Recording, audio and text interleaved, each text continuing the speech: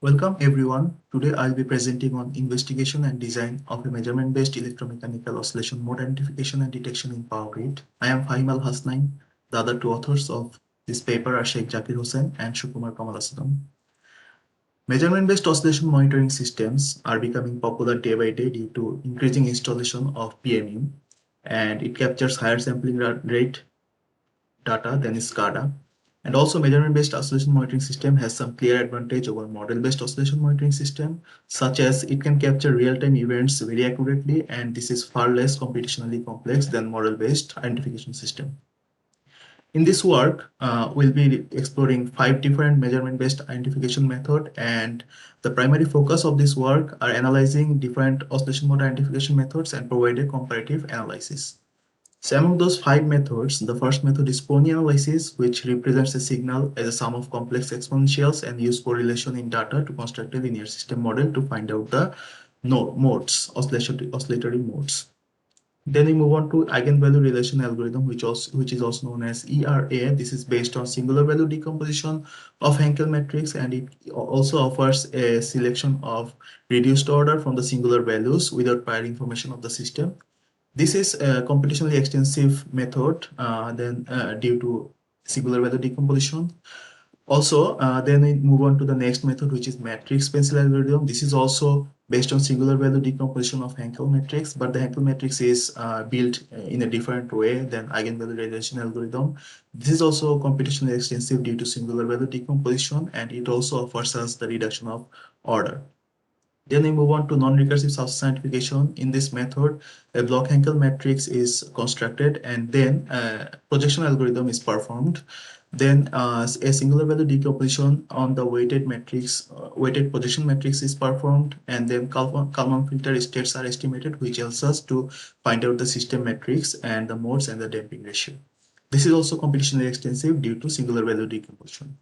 Then we move on to the recursive substance identification, which is a very similar method to non-recursive substance identification, but the LQ factorization and the extended observability metrics are updated recursively. That's why it is a lot faster system than the non-recursive substance identification. Then we move on to our experimental setup and results. We will be performing all these algorithms on 2 different test systems. The first system is Kundu 2-area system, which is shown in figure 4. And this whole system is simulated in a real-time simulator, which is known as RSCAD, and then the data are coming through PMU and Ethernet socket to MATLAB, where all these 5 different algorithms are performed on those data.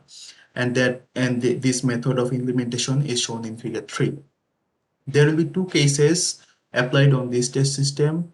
So case 1, the whole simulation period of case 1 is 600 seconds, and a 3-phase fault is occurring at 500 seconds. A load increase is occurring in 200 seconds, and a cyclic load change of 0.8 Hz is applied at 400 seconds. The results of case 1 on this test system 1 is shown in figure 1. And the case 2 is there will be a 3-phase fault at 500 second, at 5 second, a load increase at 200 second, and a cyclic load change of 0.6 Hz throughout the whole simulation. The simulation period for case 2 is 500 second. The results of case 2 for this test system 1 is shown in figure 2. And the summarization table is shown here in table 1, which indicates that recursive substance identification is working better than all the other methods. Then we move on to our test system 2, which is IEEE 68 bus system.